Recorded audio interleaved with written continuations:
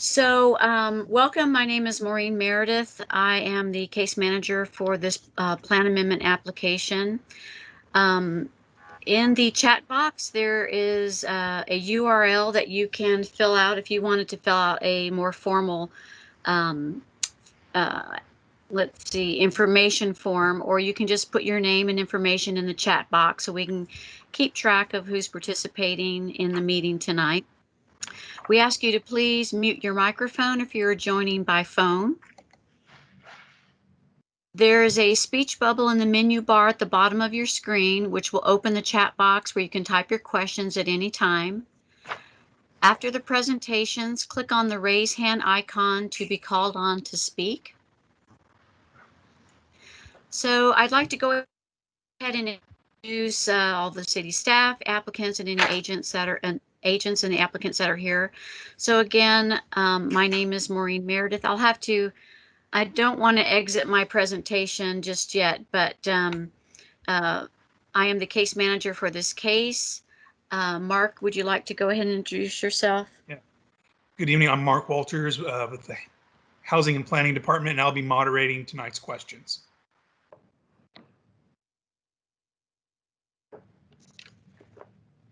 Richard, would you like to?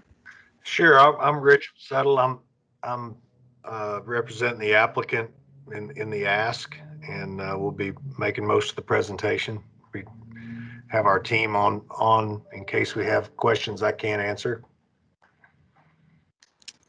Would your team like to introduce themselves? Sure. And it's hard for me to see who all's on here, but Amanda Sermon. Yep, I'm Amanda Sermon with Armbrust & Brown here on behalf of the applicant. I'm Richard Corris with Pegalo Properties. Will Marsh with Endeavor is on as well.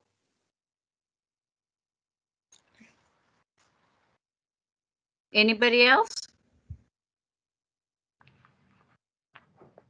If not, we'll go ahead and move on to the presentation. So again, I'm the case manager. This is my contact information.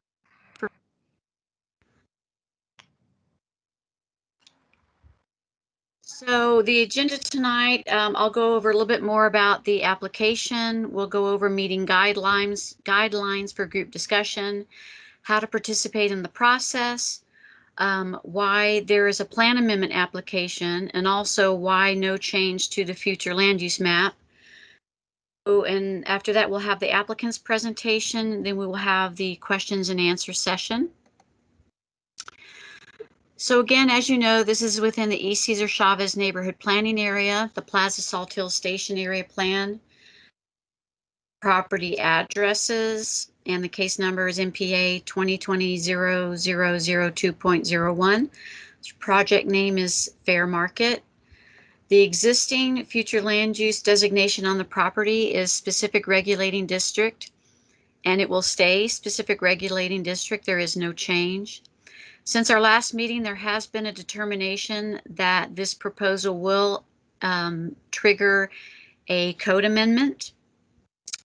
The request of the applicant is the applicant requests that the base maximum building height map located on page 39 of the Plaza Salt Hill Station Area Plan and page 55, figure 4-1 of the Plaza Salt Hill Regulated be amended to allow base of 85 feet to accommodate the project on the properties that are listed above in this application. Here we have the property owners and applicant. And as was introduced earlier, Richard Settle is the agent.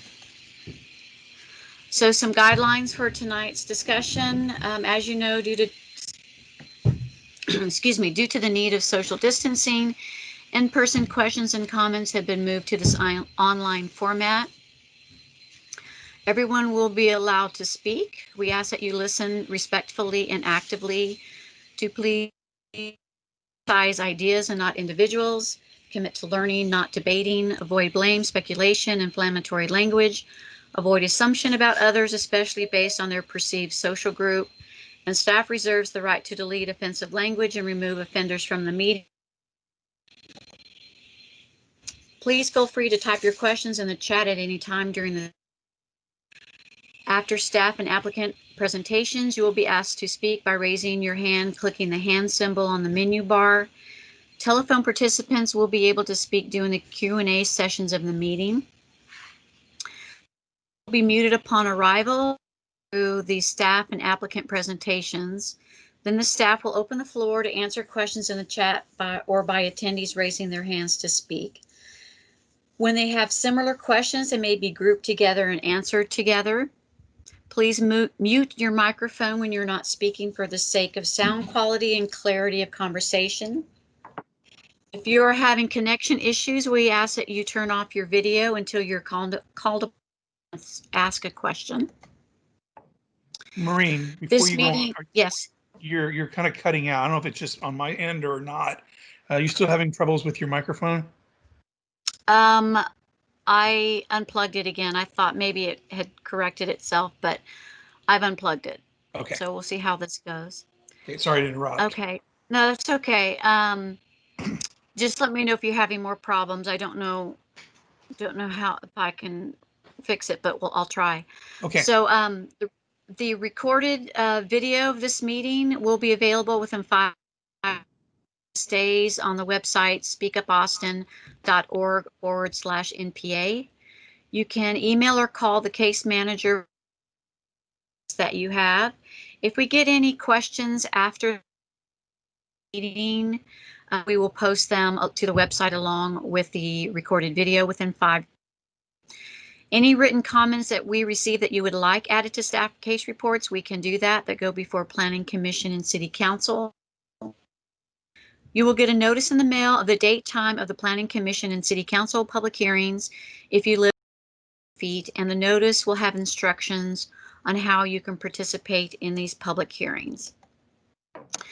So the first thing to address is, why is there a plan amendment application but no change to the future land use map, which is typically with a plan amendment application. So there's a section in the station area plan ordinance, it's 25-2-766.23. You see section C that says, for a station area plan that is within an adopted neighborhood plan area, an amendment to the station area plan must be reviewed and approved in accordance with the neighborhood plan amendment process established by council. So we have interpreted that to mean that an application needs to be filed to submit a plan amendment application as part of the station area plan process. So this is the station area plan cover document, and the proposal would amend page 39 of the station area plan if it were to be approved. The proposed change in height from 60 feet to 85 feet, or rather the existing 60 feet to a proposed 85 feet. This is the regulating, and the proposal is to 5, again, with the existing height of 60 feet to the proposed height of 85 feet. This is the aerial photo that just shows the property. This is a Google map that shows some uses around the property.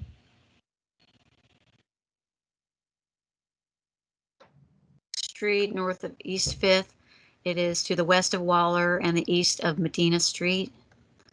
This is the future land use map that shows the land use category of specific regulating district. It is that light green with the white dots, and this is not proposed to be changed. This is the existing zoning map, TOD neighborhood plan. And this map shows the property in relation to the growth concept map, activity centers and corridors. So you can see the activity corridors E7, and it's located within the Plaza Saltillo Center. So now we will go.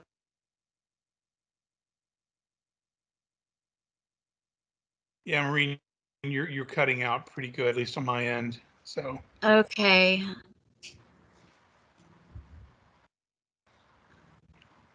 so I will stop sharing my screen, and then I guess Amanda, you can pull up yours.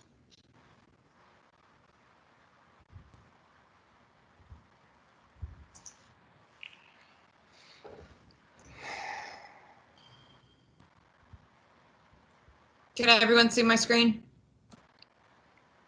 Yes.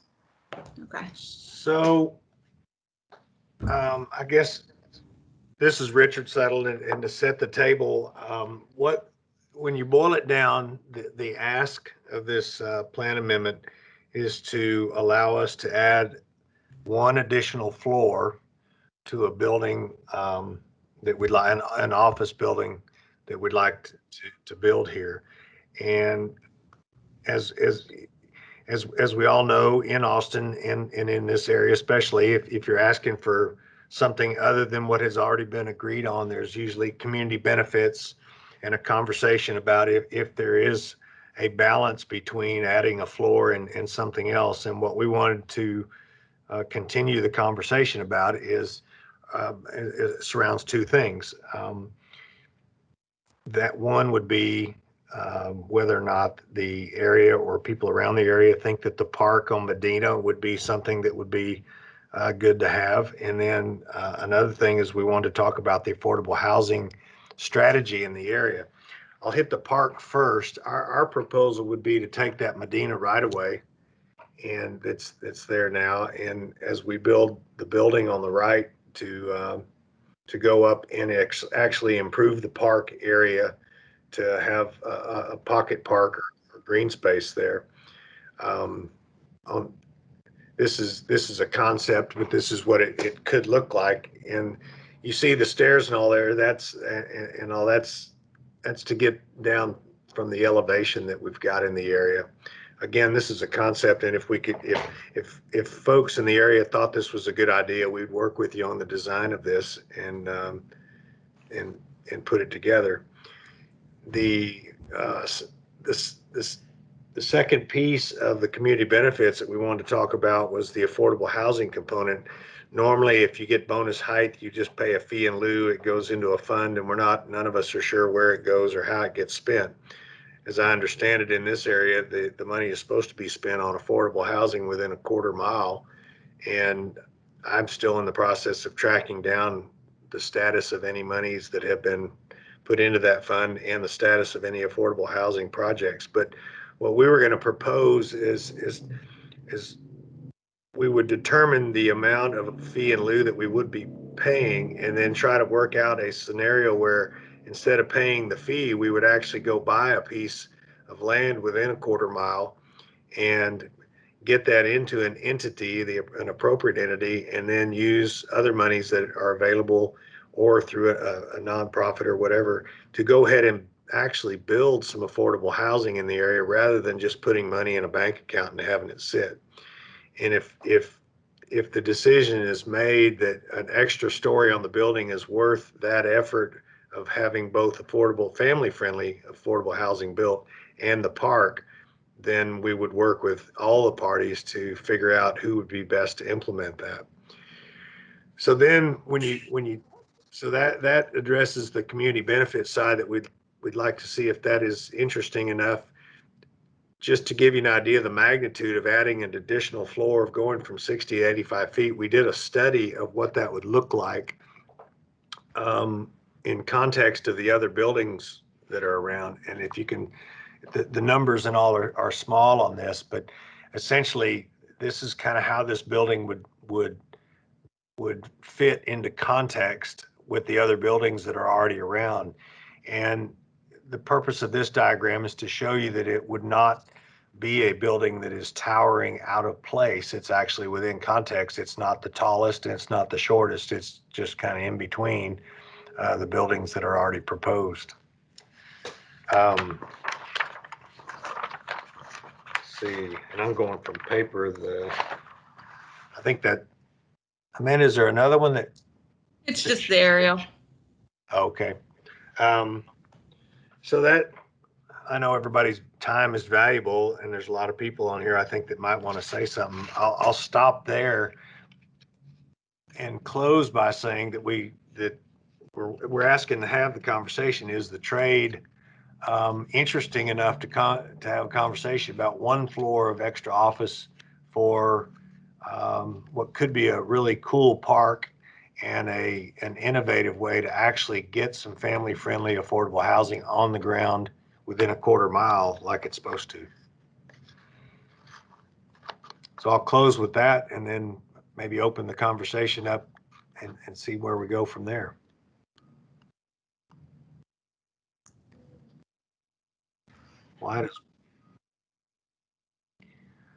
Susan, is that you asking about one floor? That's me. That's Kristen. I'm not sure why my initials aren't showing up. Okay. I think what happens, sorry, I didn't know if we could jump in, but clearly we can. So here I am. So the question I think to the group, I guess I'm just asking, the question is sort of, if the project happens without this additional floor, what happens to that space? Does it go, what's there? so the modern buildings need a taller floor to floor measurement or space, and that involves what you can put in the ceiling and the wiring and all that kind of stuff. And so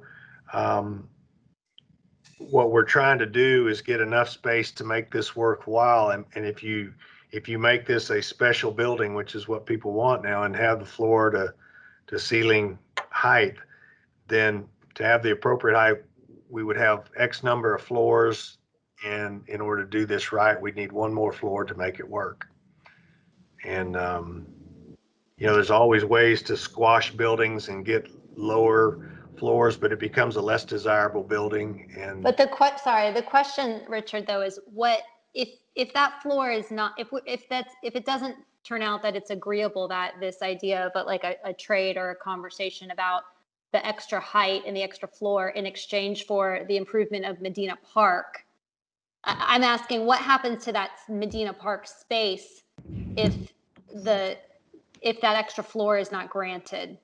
It just stays kind of the blank green space that it is. I assume that there would be some improvements to that space that would be kind of applicable to the project, even if it were only at 60 or 60 feet.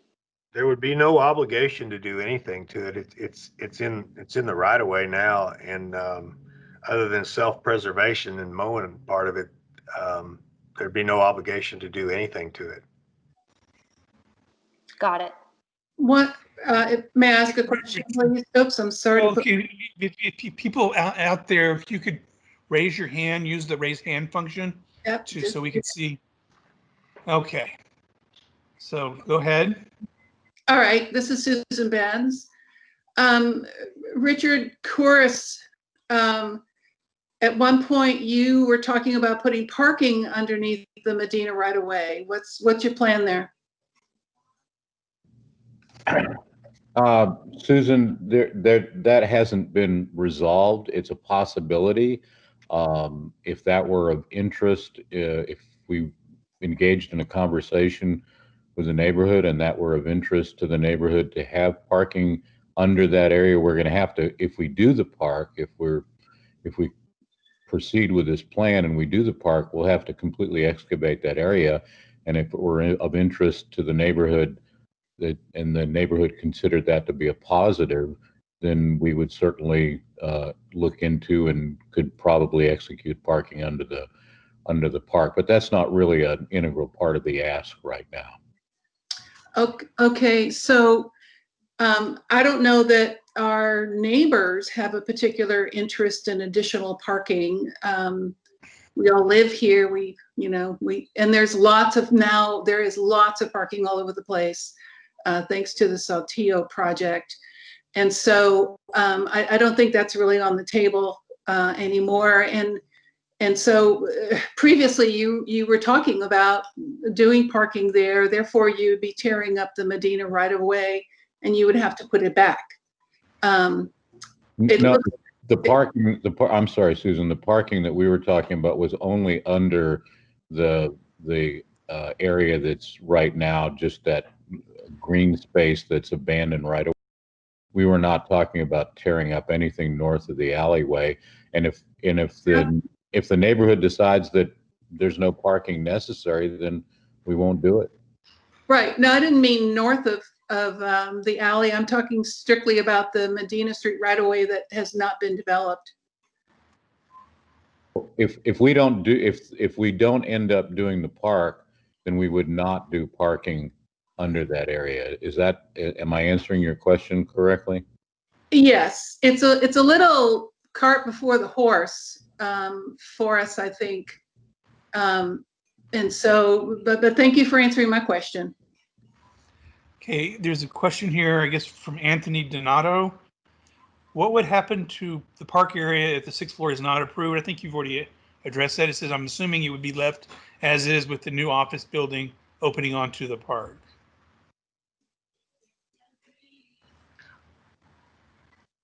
Well, we would again, we would figure out the design but we wouldn't have the obligation to do anything to the park. I mean, if the neighborhood thinks that the park is important, we'd have some other things we'd have to do with the city, and that is get an agreement on the right of way and all that stuff. But it's just a matter of whether or not it stays just kind of abandoned right of way, or does it become a nice amenity? I think that's basically the question. And again, it's a two-part deal. It's the park and the affordable housing is what we're proposing. I have another question from Susan Benz. Do you happen to know what the floor to ceiling plate is of 801 East 6th? I do not. Okay. And we had a hand raised from Kristen Haney. Heaney, thank you. Haney.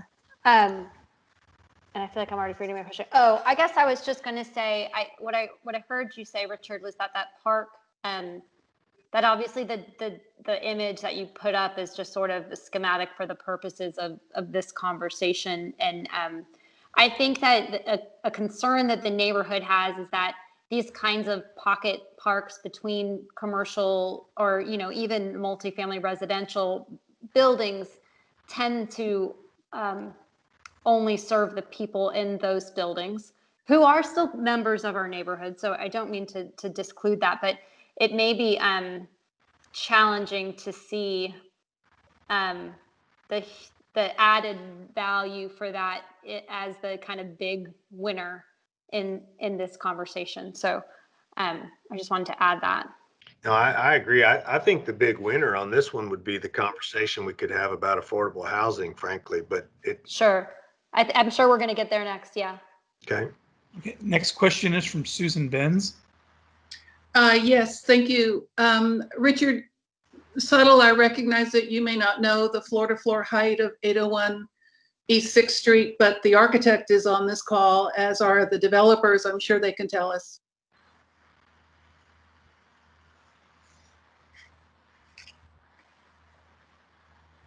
Should I re-ask the question? Sure. If somebody knows the answer, let's hear it.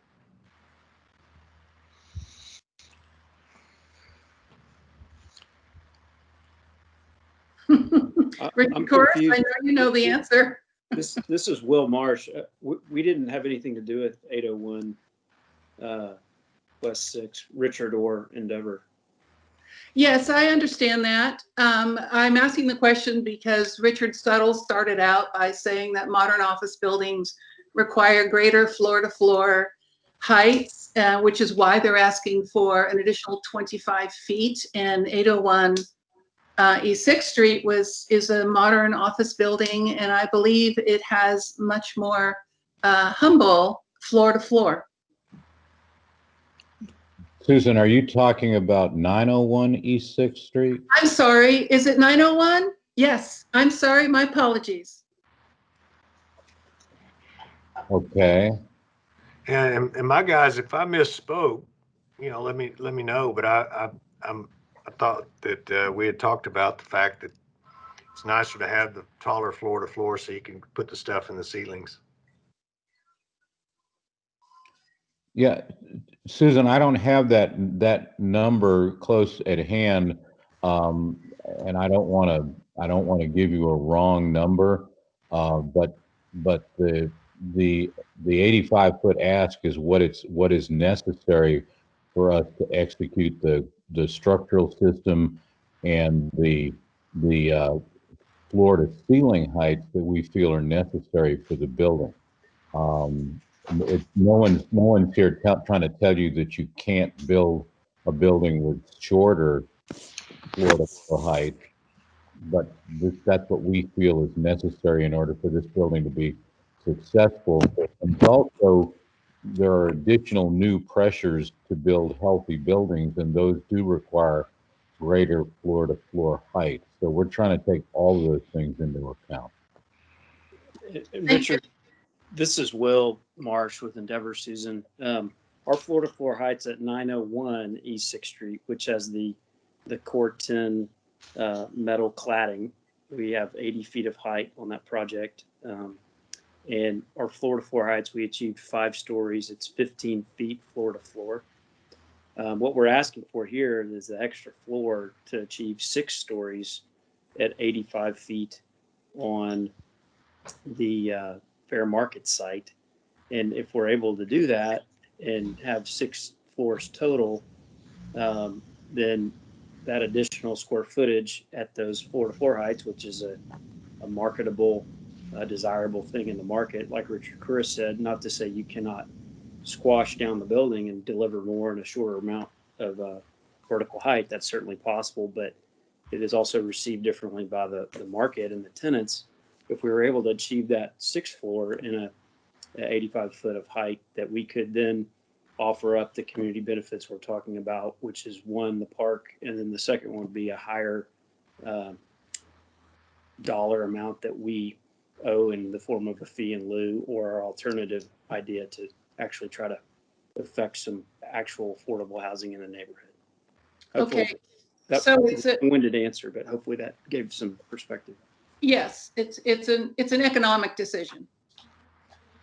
And if we don't get the height, I mean, we're prepared to build, our project within the 60 feet, and we will, just not have the park and not have the additional affordable housing community benefits. Okay, thank you. Just wanted to be clear about it. Okay, the next person who has their hand up is Tristan.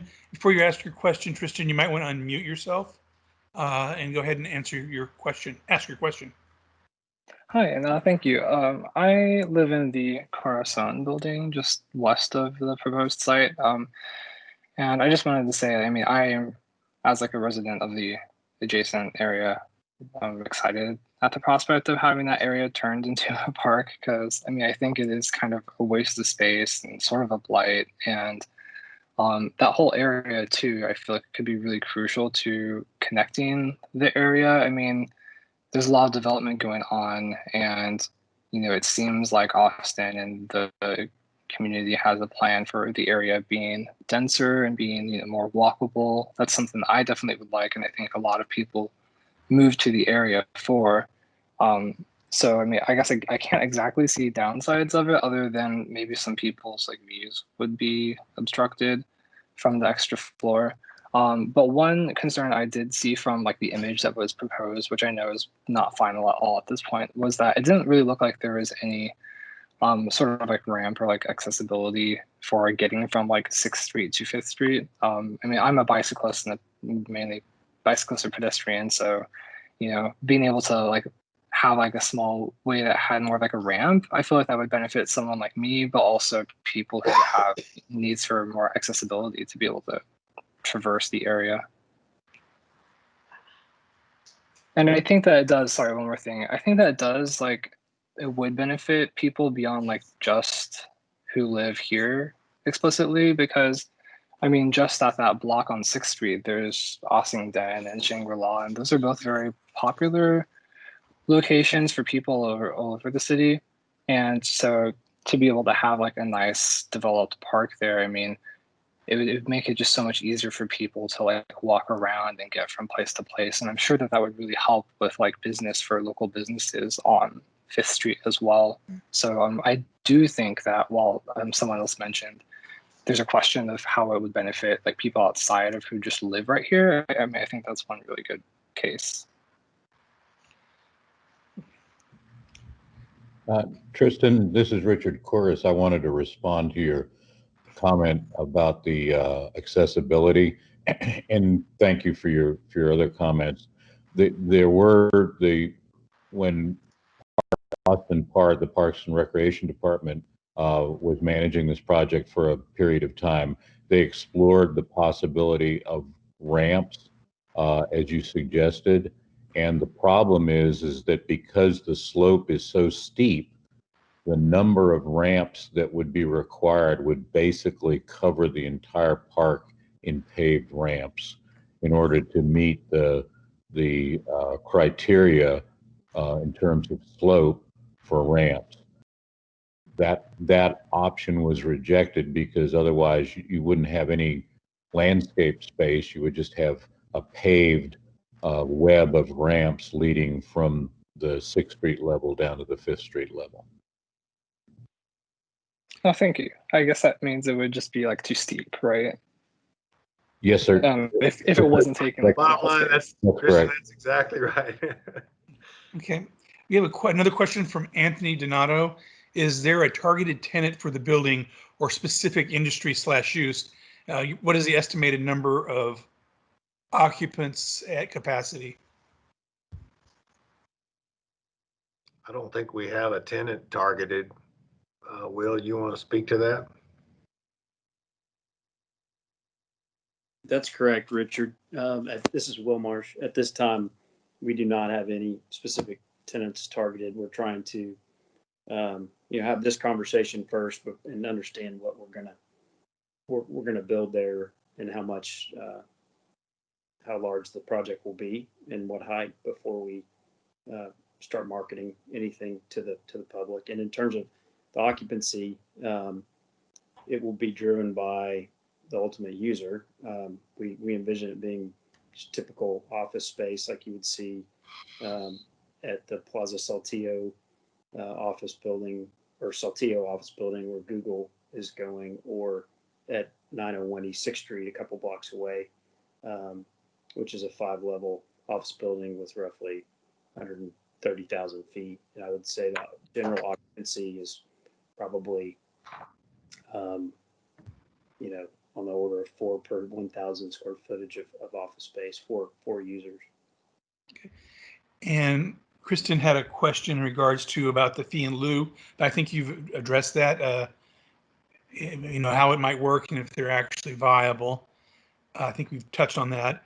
And then Anthony has another question. Sorry, this is Kristen. I actually don't think that we've touched on that. Okay. I mean, all we've done is touched on it. We haven't really gotten into any detail. So if we could elaborate on that, I'd like to. Is that okay? Sure. Great. So I mean, I love the idea of. I do agree that one challenge projects have had with that we've seen with fee in lieu is exactly as Richard described. The money goes into a housing fund. It doesn't necessarily seem to get redistributed directly back into our neighborhood. And finding ways to funnel that creatively or funnel it back into the neighborhood is always something that we're interested in figuring out. I think what I heard Richard say was rather than paying into that housing fund, that the idea was to attempt to find a development partner to do a project with specifically that would benefit the neighborhood. But I guess that set off an alarm bell for me. What kind of questioning is that even legal? Or I guess that's a proposal we'd have to take to council, and how, do we have any idea how that would even be received or how it would actually work? Well, let me tell you, and we haven't completely fleshed this out, but would enjoy having the discussion, is instead of just paying money into a fund, we'd actually go buy some dirt and give it or donate it or designate it or somehow start the process of actually getting affordable housing on the ground rather than just throwing money into a pot. But do you have any experience with doing something like that? I mean, I guess that's my question. It strikes me that this would be a brand new way of approaching an old problem. And I'm excited about that possibility. I just wonder if it's realistic, if it's feasible. I think it's realistic and feasible. It is a new approach. It's much easier just to stroke a check. But what we heard in our conversations leading up to this is that that's not as exciting to the neighborhood as actually getting affordability on the ground. So if you think one concept would be we find a piece of property, figure out if it'll work, we get it bought, we get it into the right entity, maybe we use affordability unlocked, and we're able to create more family-friendly units than maybe could have been done on the piece of property, and we actually working with the neighborhood, we find the right entity to do that with us, or we turn it over to the right entity and they do it so that we're not in the way. Okay. There's another question regarding security and safety. Anthony Donato asked if I'd be more interested in some type of investment in safety and security in the area. And there's a follow-up says, where is the parking for the building?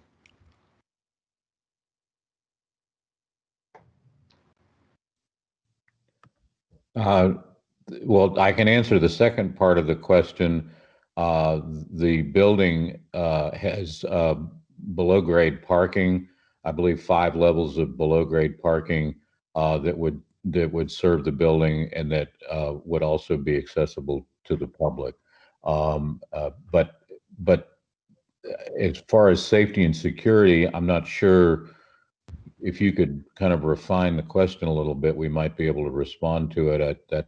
We certainly will be responsible for our property, but are you asking about safety and security for the park area, or I'm not clear on that.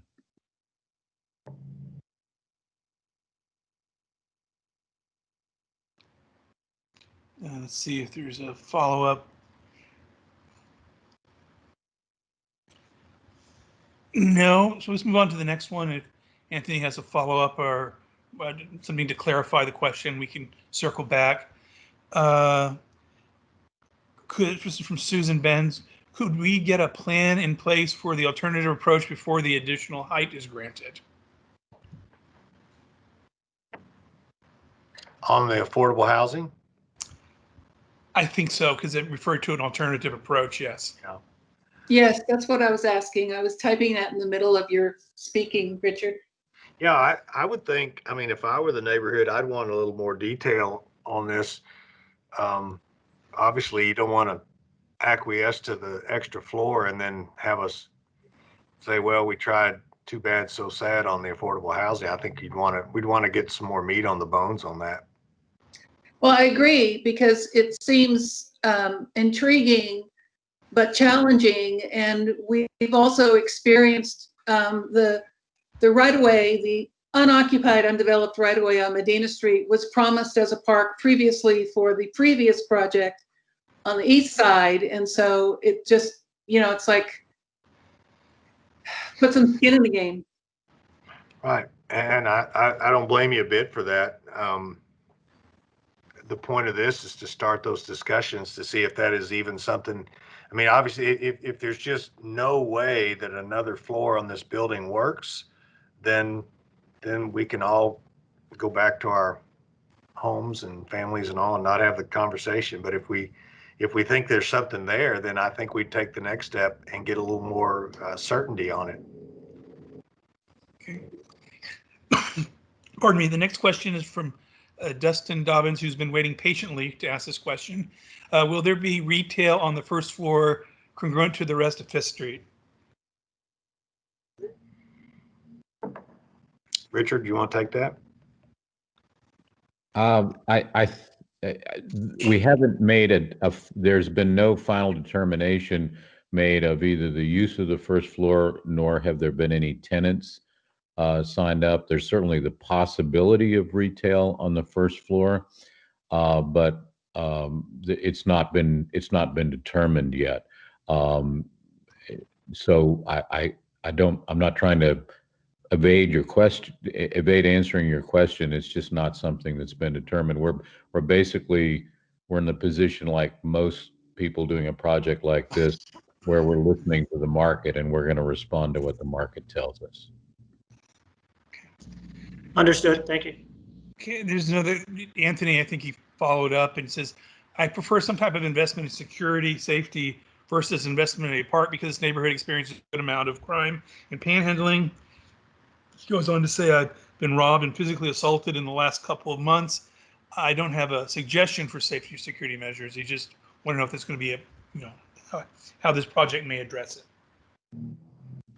Well, let me take that one because we agree with you. My office is a couple of blocks to the west, and I know Susan is in the area, and a number of other people. We're all equally concerned about safety and security, as everybody should be.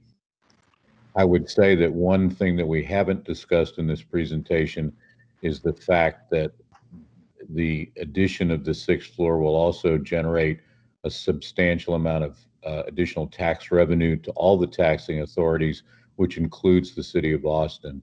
And if you've been reading the newspapers, you know that the city of Austin is very hard pressed for revenue in these dire times. And so even though it's difficult to draw a direct line between this project and safety and security, the fact is that if we do build the sixth floor, there will be substantial revenues, not only to the city of Austin, but to the Austin Independent School District and to the community college and all the other taxing authorities. Kristen has her hand up. Remember to unmute yourself before you speak. Thank you. This is Kristen Heaney. Let's see. I guess I wanted to circle back or just kind of say that the neighborhood team is always interested in speaking about affordable housing options. Love it when projects can come and actually build affordable housing into their projects, and we completely understand that that's not what every project is designed to do.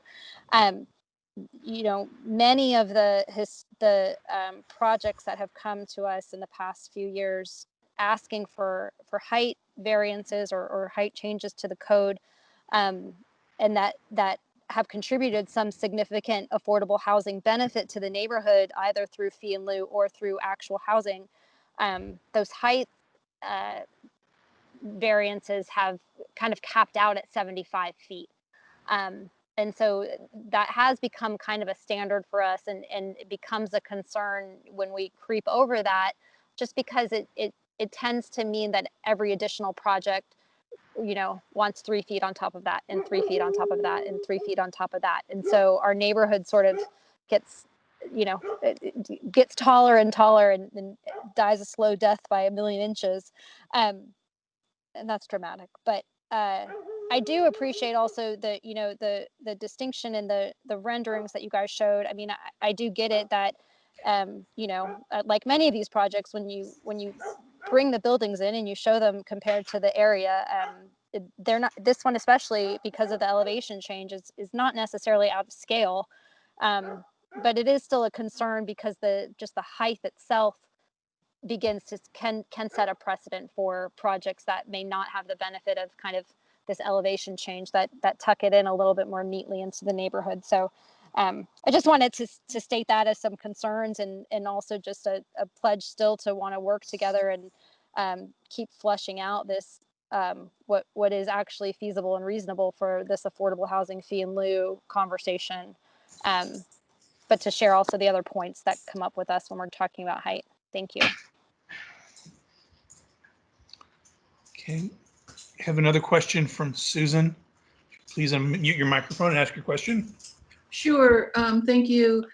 Anthony Donato, I really like the issue that you brought up regarding safety and security, because having been in this neighborhood, immediate to this neighborhood for quite a long time, I can report that the safety and security of the neighborhood has increased significantly in the last 7 years.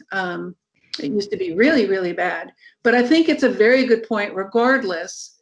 And so I'm interested in wondering from the development team, what would you do other than putting it back onto the city of Austin through increased tax revenue? What could you do to increase safety and security in the immediate surrounds of your building? Question number one. And number two, if that is in lieu of your creating this park, how are you going to go about doing the construction of the west side of your building without getting into that right of way. And then, so what's going to result regardless? Well, Go ahead. we get into the right of way to build our building. I mean, our obligation would be basically to, once we're out, is to put some seed in there and be done with it. Okay, seed would be nice, but the other part of my question is if as Anthony is suggesting that you don't create a park, an investment in the park, what could you do for safety and security in the immediate surround?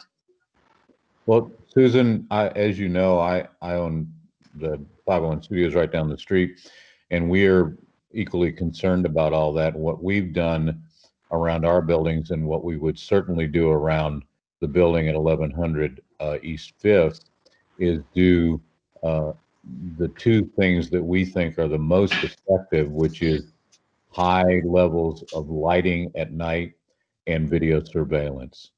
And we're committed to doing that, not only for the safety of the residents of the building, but also for the safety of our neighbors. So that commitment is already built into the plan that we're going to execute. Okay, that's really great, Richard. I think that's really good. And Anthony, I hope that makes you feel better.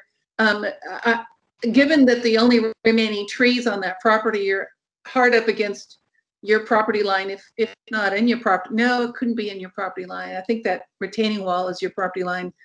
I'm not really sure.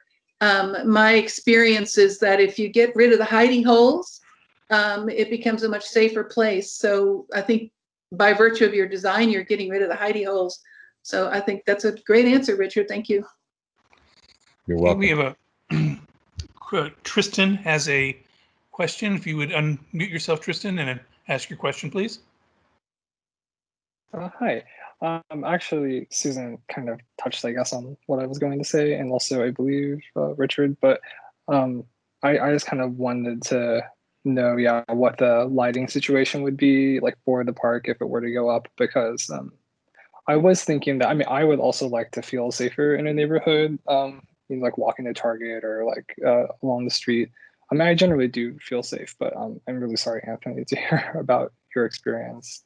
And I just wonder if the cameras you mentioned, like, would there be surveillance of the park itself? But either way, I think having lighting and kind of the openness of that park, that's maybe a good step towards making it safer, though, instead of just like this like empty, dark place with some trees that is not well lit and, you know, more sketchy maybe, and easier for like people to be approached or attacked or whatnot.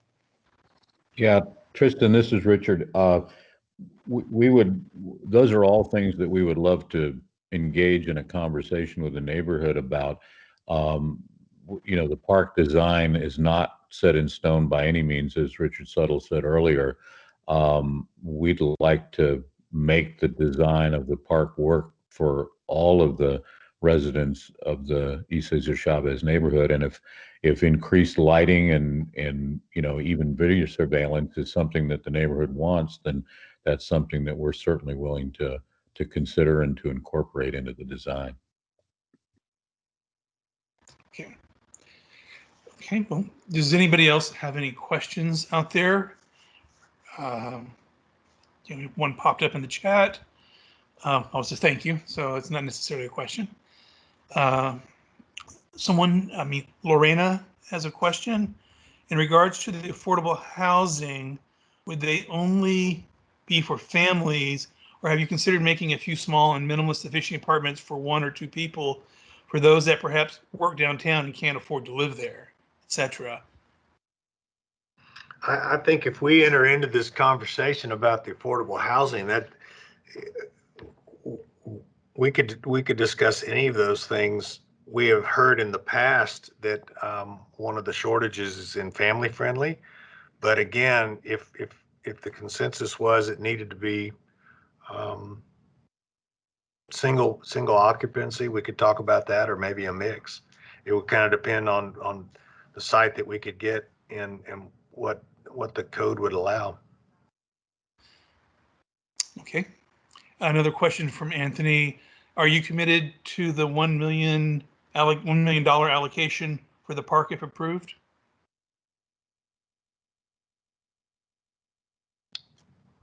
I'm not sure where Richard Curtis, you want to address that? I'm not sure what the $1 million commitment was. Well, the expense of constructing the park is completely tied to the design.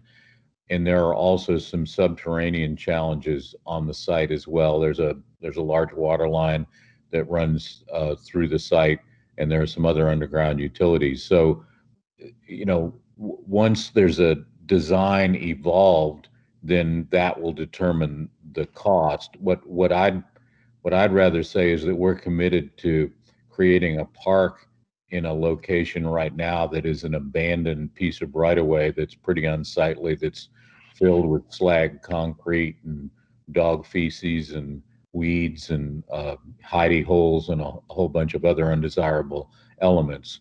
So we're committed to making that into a very serviceable and attractive urban park, and we'd love to work on the design of that park with the neighboring residents in the neighborhood.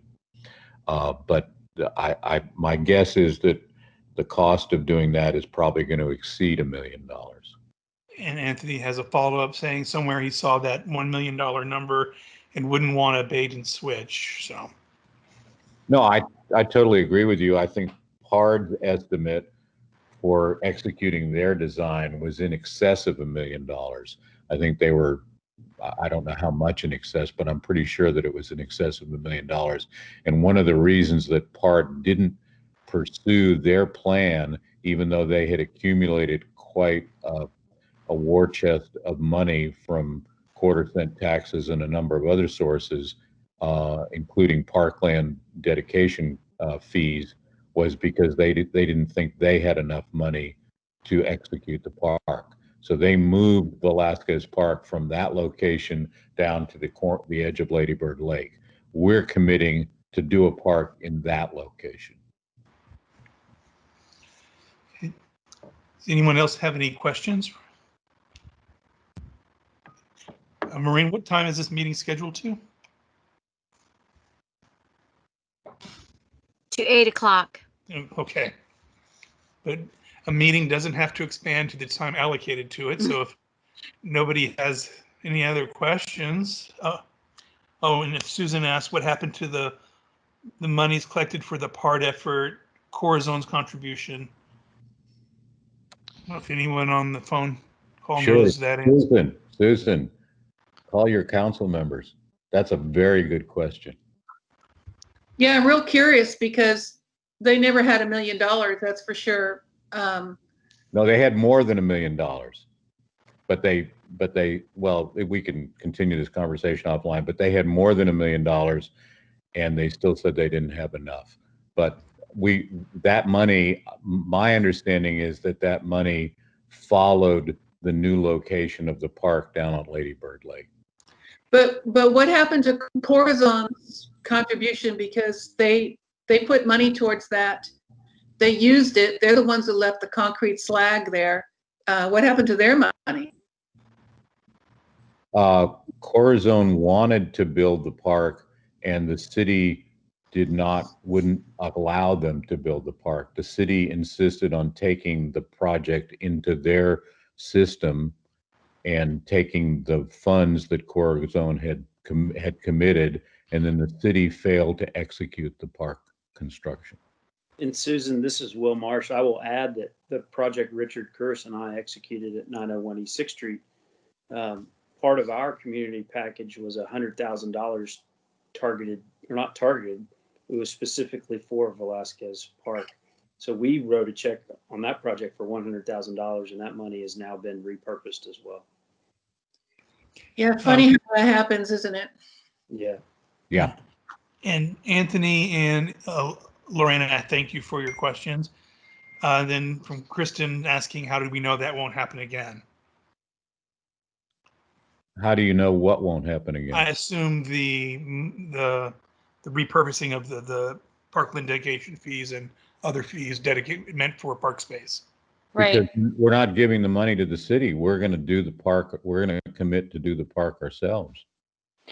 But if does that land become your property, or is it still, it's still the No, city right of way, and you're just going to build a park and assume that the city's there, not going to come there, and, there are a lot of stops on the road, and what would certainly be required would be for us to join hands with the neighborhood and go to the city and say that they should give us permission to build that park on that land. We're not asking for title to the land. It's right away. sure, We right. don't want title to the land. We just want to put this improvement on the land to benefit the neighborhood. Yes. I guess is that not what Corazon also wanted to do? And are you just suggesting that we need to bring a stronger front and hope that the city sides with us this time? I guess that's where I'm a little confused, and I may be misunderstanding. Corazon offered to actually build the park. Yes. Okay, I was one of the investors in Corazon. I actually sold the land to Cyprus to build Corazon. Okay, Yes. so I know a lot about that project. Corazon wanted to actually, Cyprus wanted to actually build the park and Yes. offered to build the park, and the city refused to let them do it. And the Right. city said that no, it had to go through their mechanisms. And initially they were going to do it themselves. Then they turned it over to Parks and Recreation. Yes. And years and years and years passed, and they never got it done. Right. And they also absorbed the parkland dedication fee from Corazon into that fund, and then that's what got transferred to the new location. So is it then not possible that that same exact circumstance could happen in this case? No, it's not. We would have to make sure it doesn't. Both this and the affordable housing deal, we can't leave it up to someone else this time. Right, but I guess, okay. But I'm not seeing how it's different, except that we're going to do a better job of convincing the city to let the project build a park in the right of way. Well, we'd all have to go to them and put the pressure on them together. The only way this works is if we're all working on it together. Okay. Right. Exactly. Yeah, I got that. And I'm not trying to suggest that I'm not for that. I'm just trying to make sure I understand, like, this roadblock that came up before. This is the first time it's sort of come up as a potential concern or issue that we might come up against. It seemed like it was just something that we could easily do. Well, So I think got it. the difference was that Corazon wasn't allied with the neighborhood. Everybody wasn't going together to the city. Now Sure. the city has flat out said they have no money to build this park. They don't think it's possible to build it. They don't have any money to build it, and it will never be built. So if this doesn't happen, there will never be a park there, according to what the city has said. So the only way we're going to get a park there is if we join hands and go to the city and tell them that's what we all want to happen. Got it. Thank you. And there's a question in the chat box from Susan Benz is, will the new development maintain the right-of-way status once it's built, since it's not technically a park? We will commit to maintaining the park that we build. We don't have the authority to change the right-of-way status, but we will commit to maintain the park that we build. Okay. There's some questions with people with their hands up. Susan, is that the question you were going to ask? No, I just wanted to share a little background information with Kristen Heaney. Part of the reason why the previous version of the park, the Velasquez Park, didn't happen is because while there were parkland dedication fees, there were also monies that the Corazon developer had committed beyond the parkland dedication fees, but there was also funding from the Austin Water Utility because there's that big, Richard mentioned that big water pipe. And so there was never enough money to build the park.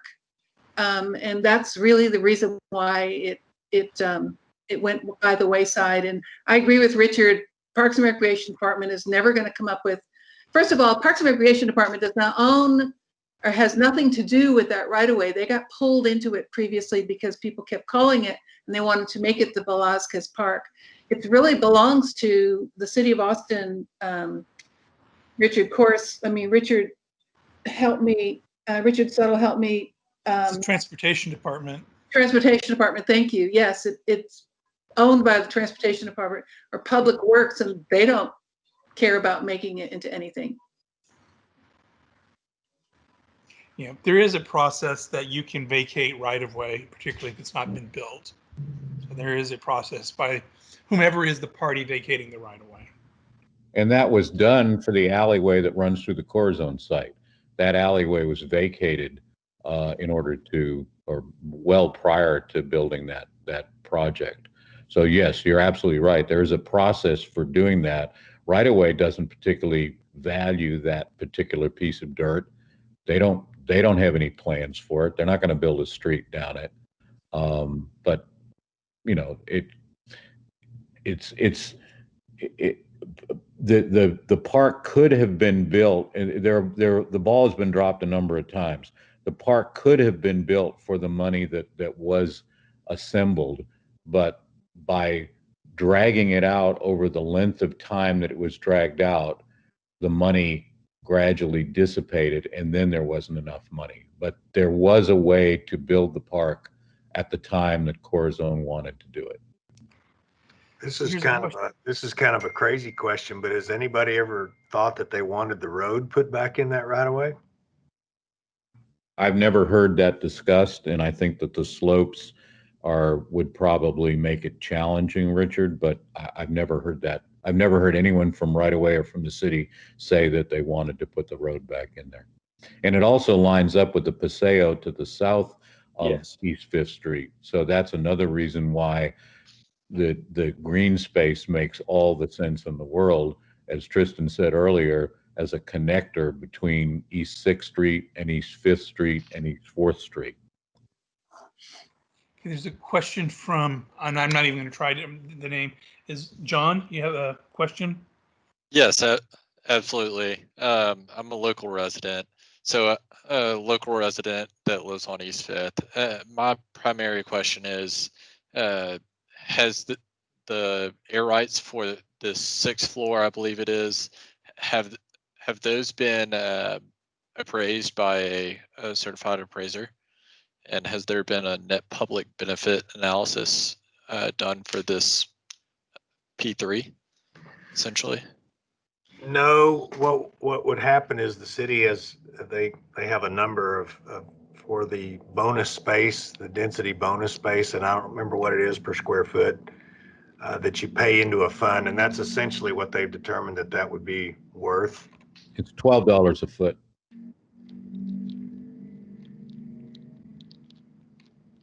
Okay, so it's a city ordinance that you pay a $12 per square foot for what is it, a square foot for the additional area of the floor, or what is it? Yes. It's $12.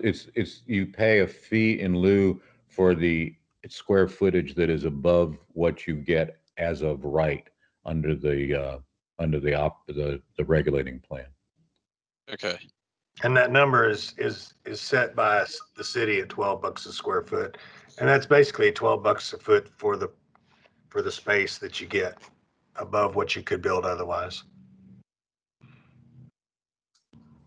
I just wanted to point out that $12 is a rate that can be negotiated with City Council, as was negotiated for the Saltillo Tower.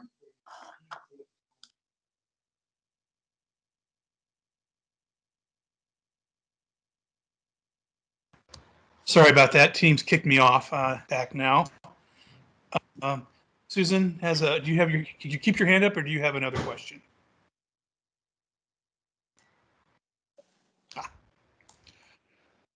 Okay. Is anybody else have any questions?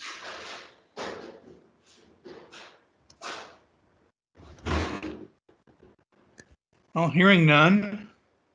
Maureen, do you want to go in and what next steps are? Sure. So this is Maureen Meredith again. Did somebody else have another question? Did I interrupt? I don't see No? one. Okay. So as I had mentioned at the beginning of the staff presentation, this request will trigger a code amendment. I don't know the next steps on that. So it doesn't have the typical next steps that a typical plan amendment case. So I just encourage people to me for periodic updates once I find out what the next steps will be for that. So I apologize that I don't have any more information on that at this time.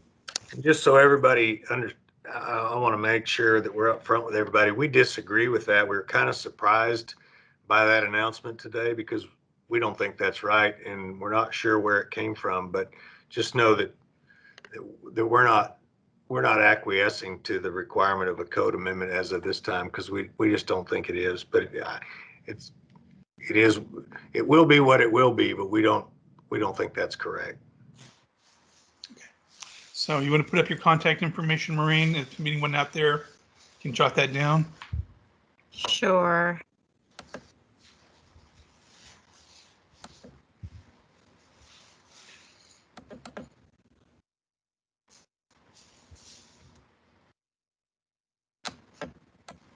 Well, while Maureen's doing that, I'll let everyone know that this meeting has been recorded and we'll have it posted up on the Speak Up Austin Neighborhood Plan Amendment page website within about 4 or 5 business days. And other materials we'll have posted up there as well. And you can, anybody who missed tonight who wants to at least listen to the questions and see the presentations can do so.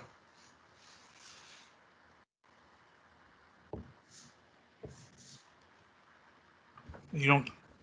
So is one of the next steps that we go to the group that we went to last time without going to this group first? Is that what happens next, or? I'm not following. After this is the statutorily required meeting because of the regulating plan falls within a neighborhood plan. I guess the next steps would be, I guess, to figure out what specifically the next steps would be, whether it's a plan amendment, a regulating plan amendment, or whatever the steps are for, to resolve your disagreement with the law there. Okay. I mean, that's, that's as far as I know. Okay. And I know just last time when we got tossed off this one last time, then we went to the next meeting, which was was it the contact team? Yeah, this is Kristen, if I may. So, right, the last time, I think that the distinction was that we had the 2 projects back to back on the committee, or on the city-led meeting, and then the reason we had the ECC had a special held meeting immediately following that last one was because I think that one was maybe going to staff review more quickly, and so once this one got pushed back. And we have our own general meeting next week on Wednesday, Richard. So Okay. I'd love to get you guys on the agenda for that next Wednesday. I had sent an email to Amanda, I think, to just say, we sort of agreed as a team that maybe we could have that next meeting. Okay, then. that sounds great. Perfect. Yeah. And just one more thing, if a code amendment is required, I'm not saying it is or it isn't, but then it would be either commission or council would initiate that process. And Susan, do you have one last question before we sign off? Yes, the Richards and Dennis. Hi, Dennis.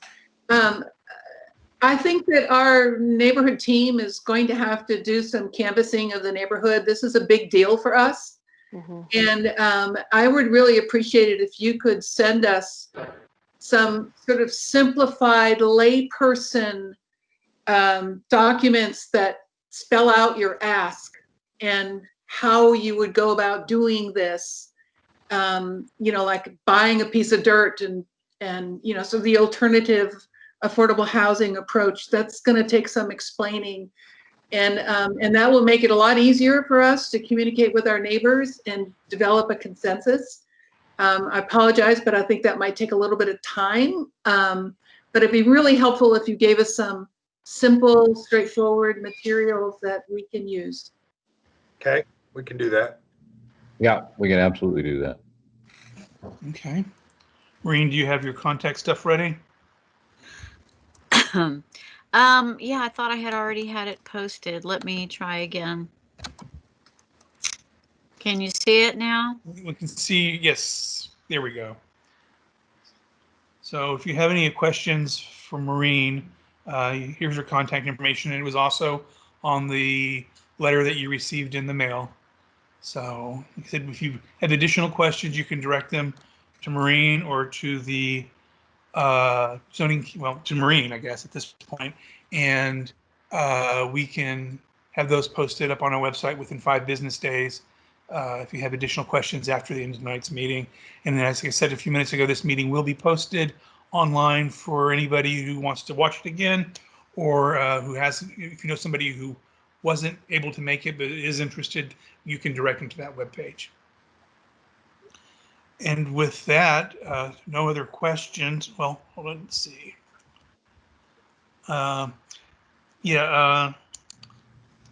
Kristen has posted in the chat the East Cesar Chavez Neighborhood Plan Contact Team's website. It's HTTP. It's East Cesar Chavez, all one word, all lowercase .org. So if you want to reach out to them, that's the way you could do that. All right. Well, we sure appreciate y'all's time tonight. Yeah. Likewise. Thank you, everyone. Thank you, Mark and Maureen. Thank You're y'all. welcome. Okay. Good night.